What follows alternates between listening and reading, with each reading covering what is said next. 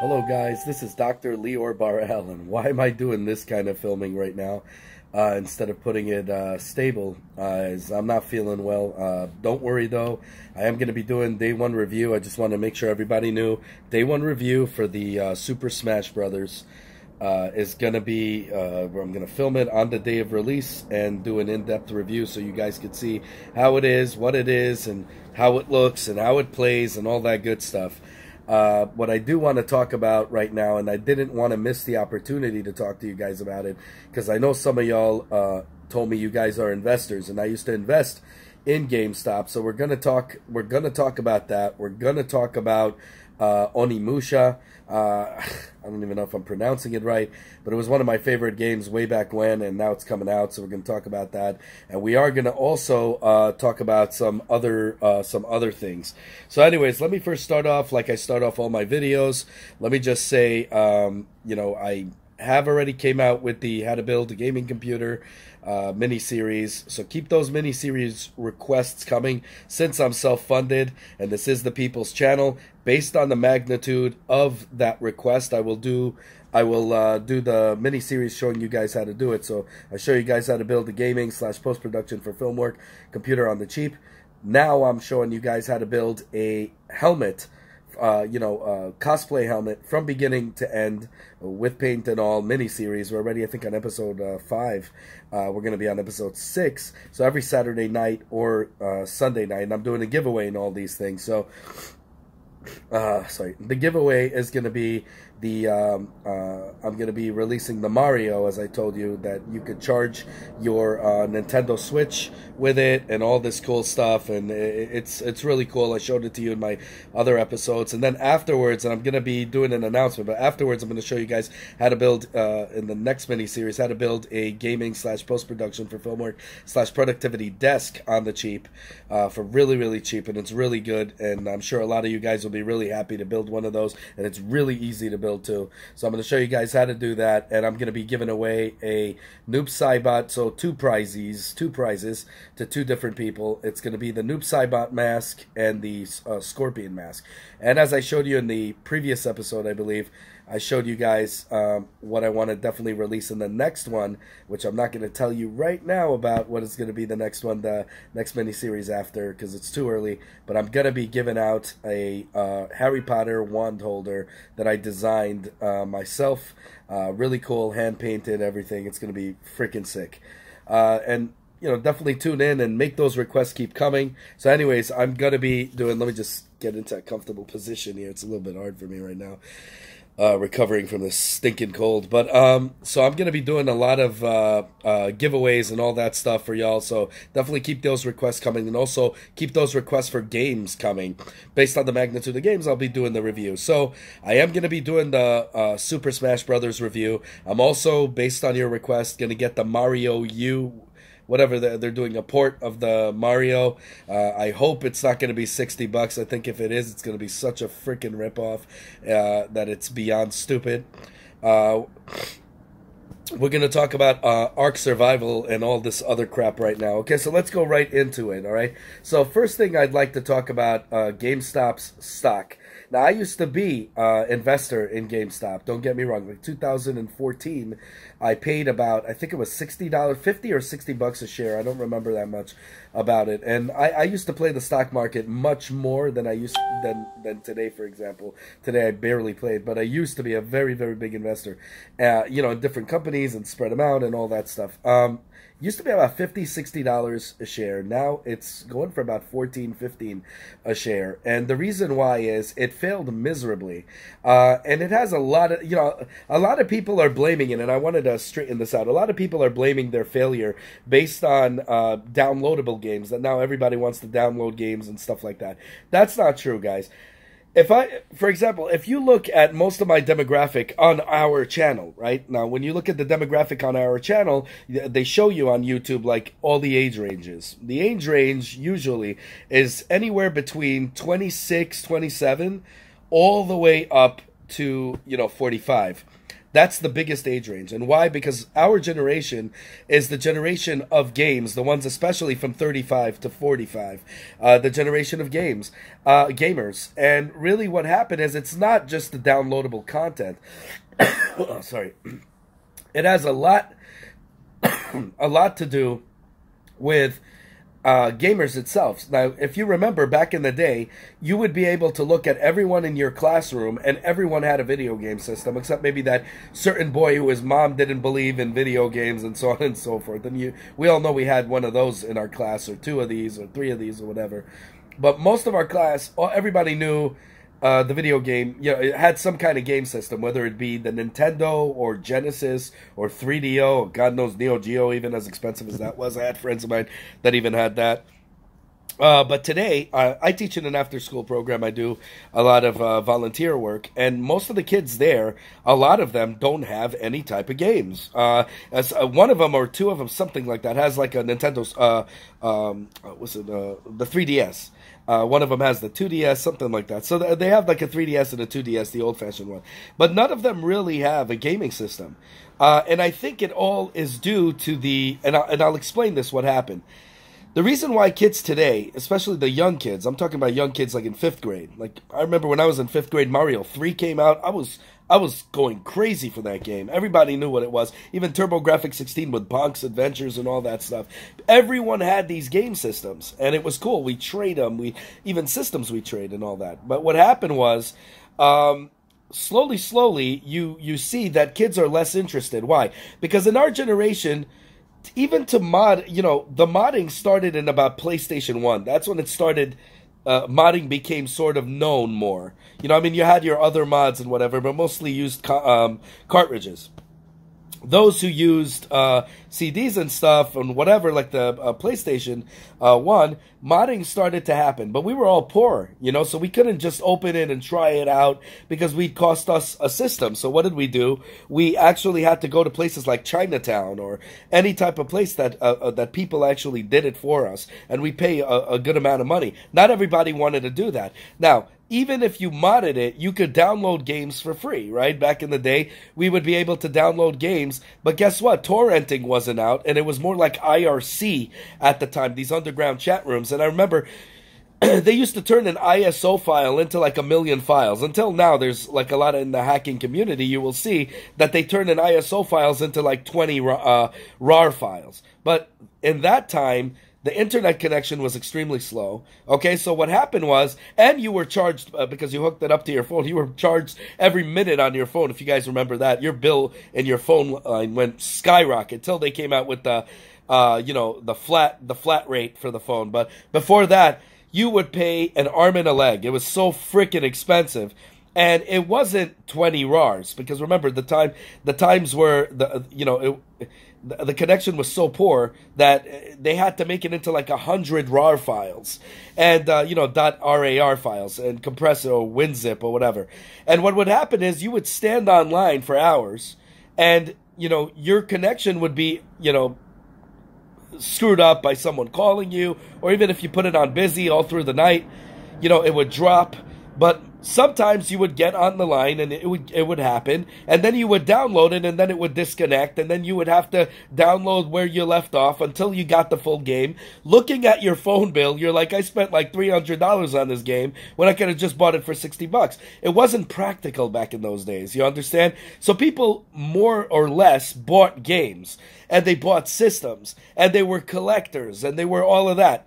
Today, the kids, due to emulation and all that, and due to the connection of high speed, they can download anything they want. So, the gaming world, it's not really about the downloadable games that you're purchasing. It's mostly going for the hack communities. They're mostly buying games. They're buying games for the for the PC, which is the most superior, of course. And they take that version of the game, compared to other systems, because you could, as long as you have a gaming computer, you could download any freaking game you want these days, and you become spoiled, and kids became less and less interested to the point that it just doesn't, it's not marketable anymore to them. So you're dealing with our generation, but our generation, a lot of them are into hacking. So this is a major thing that happened through bootlegging, that is, right? So this is a major thing that caused the death of these brick and mortar locations. of strictly games. I remember Game Shock, Funkoland, you know, all of these places went to shit because of that. So anybody who end up devouring the other company or whatever and taking it in and sucking it in and turning, you know, the name and turned into GameStop from Funkoland around my neighborhood, they just took that sign out and boom, GameStop was in. So you had less and less people from that generation, you know, from the new generations that give a damn about games. And then you have people from our generations that have a lot of people who are bootlegging games or just flat out, you know, just interested in more. I mean, you could kind of even see how our generation is. Like, we went from MySpace, which I'm sorry, but I loved MySpace because you could turn your pages into, you know, like a website. And people went for the simpler Facebook. And now they're going with Twitter. That's completely simple. So you got to see people like more about simplicity more than even, you know, they like it simple. Now, is it smart to get downloadable games? Well, that's up to you. Some people like to have downloadable games on their drives and stuff like that, and that's fun to play. But me, I like to get as many physical games as I possibly can. For this channel, I get downloadable games because I want to do day one reviews. But most of the time, I like to get, you know, to buy so I collect them. But also, if I want to sell them, I could sell them, where you can't sell a downloaded game. You can't sell your account with your system. That would be very stupid to do that if you guys do that.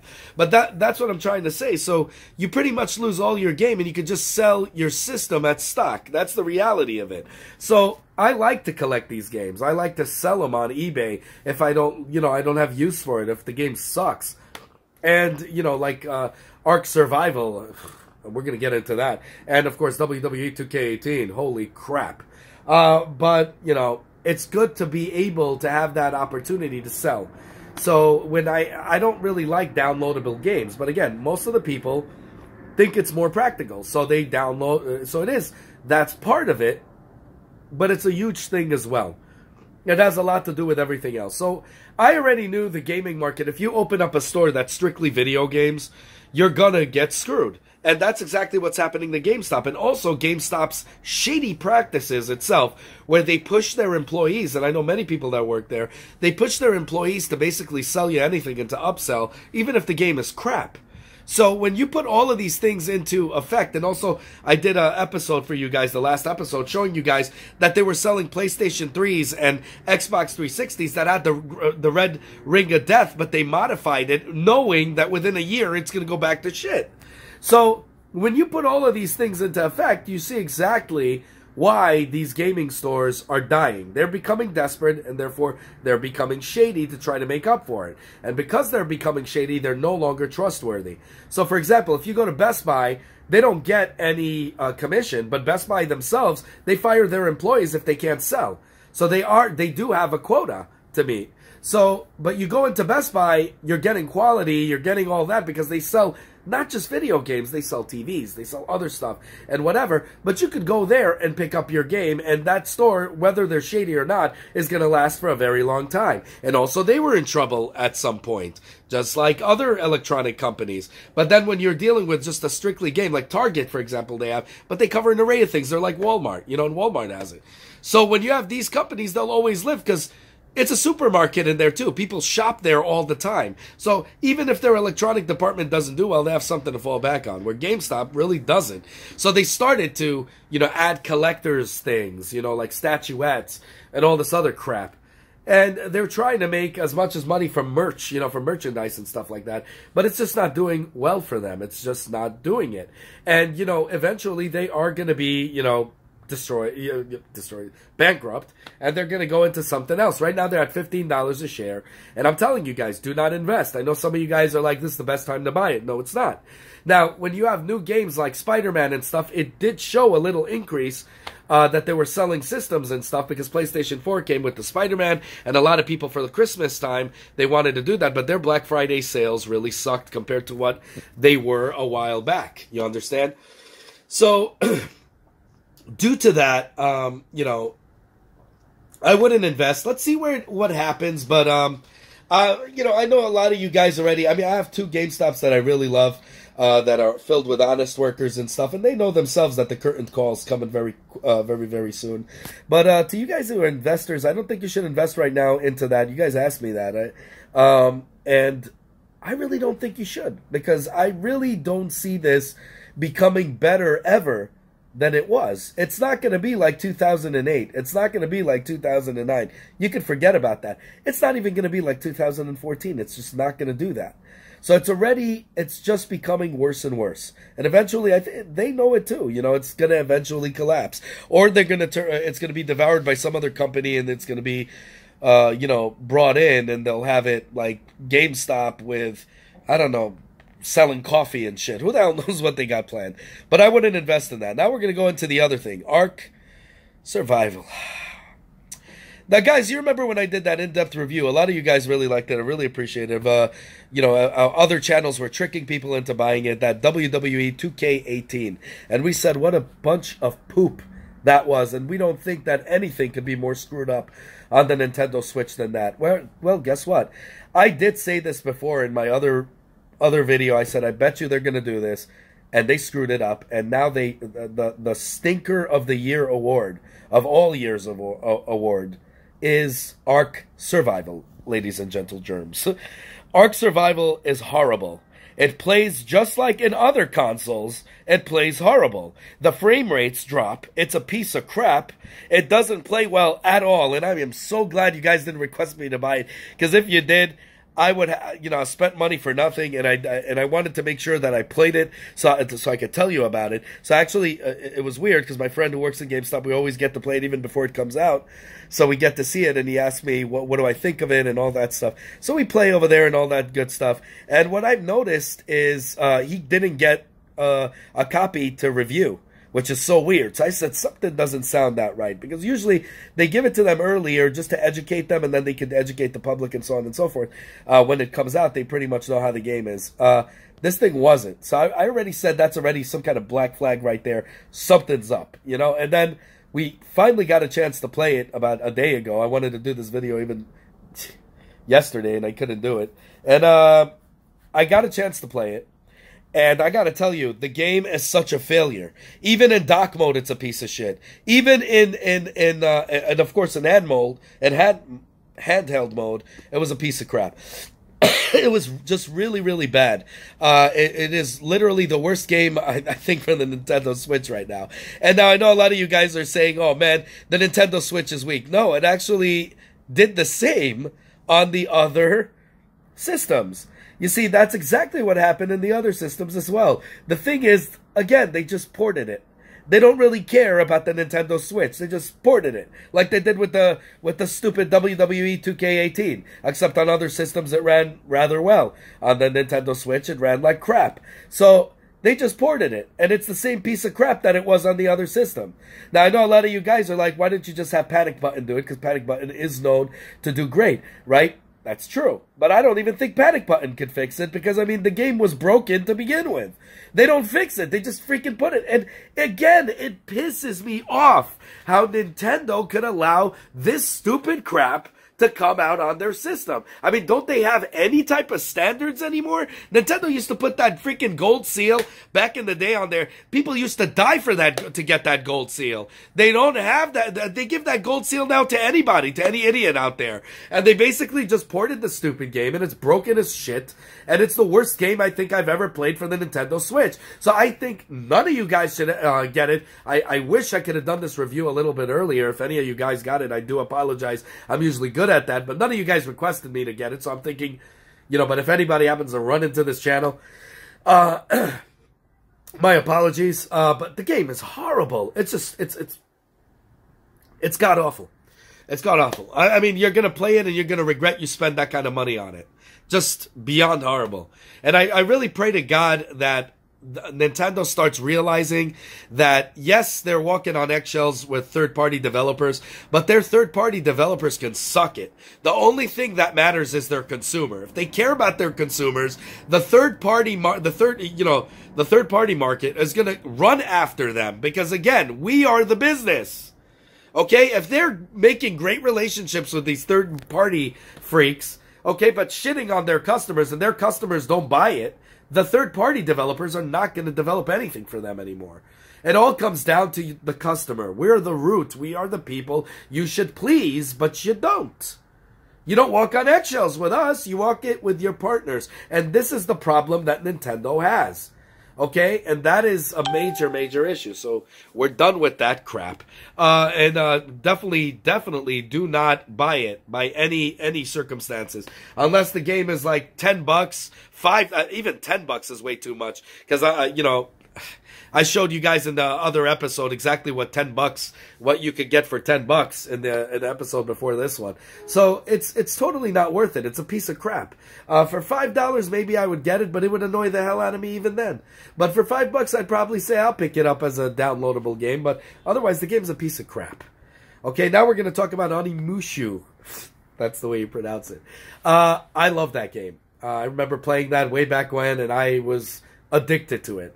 And right now it's out for such a freaking fair price of $20 in the Nintendo Switch, the Nintendo store. But it's not coming out now. Obviously, it's coming out later on. But $20. So I'm going to do a review. You guys didn't request that, but I'm going to do a review for you guys on that as well. Because I'm definitely getting it, so you might as well do a review on that, and I'll tell you guys how it is. For $20, it's a no-brainer. And I really wish that other companies that they come out with these port games of the old games would release it for like 15, 10, $20, but don't go to 60 like Nintendo did with Donkey Kong Tropical Freeze. And I pray to God, and I'm getting it no matter what because you guys requested it, but I pray to God that that Mario Wii U, the port, is not going to cost $60. I pray to God that's not going to happen, although I am already seeing that it is. But, in some stores already they made an announcement that it was $60 around my area, and it just really, really is stupid. And I'm gonna say to hold off on it already from now, because as you saw, they lowered the price. And Black Friday, Donkey Kong Tropical Freeze went to $35. But even before that, you could get it on eBay for about $45. So you could wait a little while and probably get them, and that'll be fine. I don't understand why Nintendo is porting Wii U games at $60 a pop. It's just beyond stupid. And Nintendo, please, if you're hearing this right now, please, okay, listen to me when I tell you this. You guys are stupid.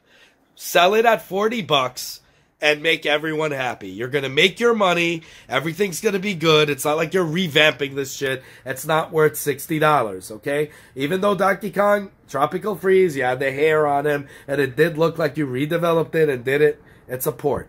It shouldn't be $60. You could have sold it even for $50. $60 is ridiculous. And now you're going to come out with another one that's $60. Sega, please save us. I mean, you're coming out with Dreamcast games. You said that. Come out with remastered games. Sell them at $20. You're already showing them what's what, because you guys have Sega ages when these idiots didn't even release the virtual console. And I can't believe I'm loving... I mean, I always used to be at war with Sega back in the day when I was a Nintendo fan, versus Sega, the Genesis. And then after Sega Saturn came out, I just had Sega Saturn, Dreamcast. I went with Sega all the way. Sega's the shiz, and Nintendo is amazing as well, but they always fall short because of their stupid ideas. Don't get me wrong, Sega did too. That's why it cost them their shit. But now at least Sega's learning from their past. They came out with Sega ages, and Nintendo's really stupid for not coming out with an actual virtual console where you can purchase the games. They'll make a lot of money off of it, but again, they don't have any mind to think like that. And it would be really cool if they released games that were ported, and it would cost $40, $35, $40. Not 60. Anyways, let me know what you guys think down below. As always, self-funded here. The only way you guys could show some love to the channel, our channel obviously, is by liking the video, subscribing, hitting that bell button, and definitely I want to hear your comments. To me, that means more than anything. Give me your comments down below. What do you think of all this? Are you looking forward to Onimusha? Are you looking forward to the Mario game? Do you think it's fair that they're charging $60 for it? If they are. I mean, so far some companies out here are already saying it is. So let me know what you guys think down below. Let me know about you guys who are investors. What do you think of GameStop? Do you think it has any time left? Even if you're not an investor, you're looking at it, you're seeing how it is. Do you like GameStop? I know a lot of you guys don't. I want to hear down below. Anyways, have a good one, y'all, and definitely keep those requests coming. And stay tuned for day one review of Mario Super Smash Brothers. Sorry, I'm like, my head is killing me right now. Super Smash Brothers, in-depth review, and then I'm going to do the Mario whatever, and then whatever comes out after that, we'll talk. Keep those requests coming. Have a good one, y'all. Take care. Bye. As always, guys, if you like what you see, self-funded here, be sure to check out all my other stuff, from mini-series to unboxings to technology, you know, and Nintendo reviews and 3D printer reviews and all that good stuff. If you like what you see, the only way you can help the channel is by liking this video, subscribing, and hitting that bell button. As many more cool videos to come. Definitely want you guys in it, and I want you guys to be vocal. Definitely comment down below. I want to hear what you guys have to say. Have a good one, y'all. Take care. Bye.